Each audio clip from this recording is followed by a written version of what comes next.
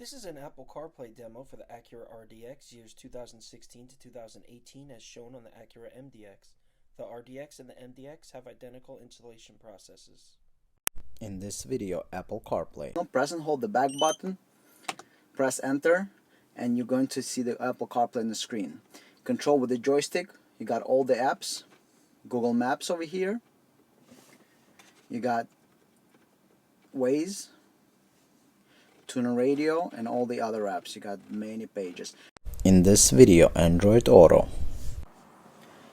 Press and hold the back button, select with the joystick Apple CarPlay Android Auto, hit enter, and there you go. You got your Android Auto, all control with the factory joystick, just like 100% original. You can change all the features, go into the audio, open the menu by pushing left, closing by pushing right, going back to the maps. 100% original Android Auto.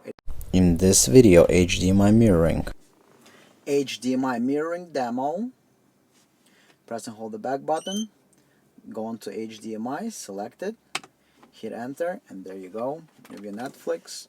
It says now playing on your TV, and you have the Netflix on the screen, or you can mirror the entire phone. Whatever you see on your phone will show here, iPhone and Android.